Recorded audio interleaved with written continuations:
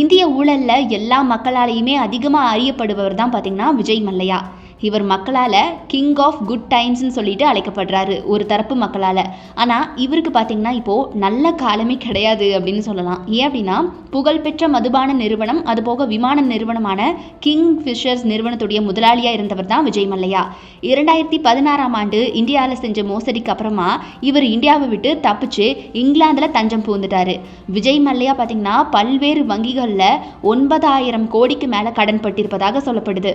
So இந்த மாதிரியான கடன்லாம் எதனால் அப்படின்னு பார்த்தீங்கன்னா இப்போ செயல்படாமல் இருக்கக்கூடிய கிங்ஃபிஷர் விமானங்களுக்காக அளிக்கப்பட்ட கடன் அப்படின்னு சொல்கிறாங்க. ஆனால் கடன்களை வாங்கிட்டு இவர் தப்பிச்சு ஓடிட்டு போயிட்டார் இல்லையா. ஸோ அதனால் இவர் பொருளாதார குற்றவாளி அப்படிங்கிற மாதிரி குற்றம் சாட்டப்பட்டார், அறிவிக்கப்பட்டார். மல்லையா பார்த்தீங்கன்னா இங்கிலாந்து போனதுக்கப்புறமா திரும்பி இங்கே வரவே இல்லை. அதனால் இவரை திரும்ப ஒப்படைக்குமாறு இந்தியா தொடர்ந்து இங்கிலாந்து கிட்ட வலியுறுத்திட்டே வந்தாங்க. ஸோ இந்த மாதிரி ஒரு விஷயம் போயிட்டு இருக்கும்போதே பார்த்தீங்கன்னா சைடில் மல்லையா என்ன பண்ணுறாருன்னா தன்னுடைய ட்விட்டர் பக்கத்தில் இந்திய நிதியமைச்சர் நிர்மலா சீதாராமன் கிட்ட கடன் வாங்கிய தொகையை 100% திரும்ப செலுத்துவதாகவும் அதற்கு தனக்கு சலுகை அளிக்குமாறும் கேட்டுக்கிட்டாரு.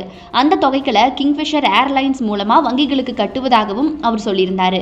ஸோ இந்த மாதிரி தான் பார்த்தீங்கன்னா அவர் வாக்குறுதி கொடுத்தாரு. ஆனால் இது எந்த அளவுக்கு உண்மை அப்படின்னு இப்போவும் நமக்கு தெரியும். நீங்கள் போய் நெட்டில் சர்ச் பண்ணிங்கன்னா அட யாரா இவர் எனக்கே பார்க்கணும் போல இருக்குது, இத்தனை பேருக்கு தண்ணி கட்டியிருக்காரே அப்படின்னு தோணும். பிகாஸ் விஜய் மல்லையா அப்படிங்கிறது பார்த்தீங்கன்னா பேர் இல்லை, ஒரு பிராண்டு அப்படிங்கிற மாதிரி இன்றைக்கும் ஏமாற்றணும்னு நினைக்கிறவங்களுக்கு பார்த்தீங்கன்னா ஒரு முன்னுதாரணம்.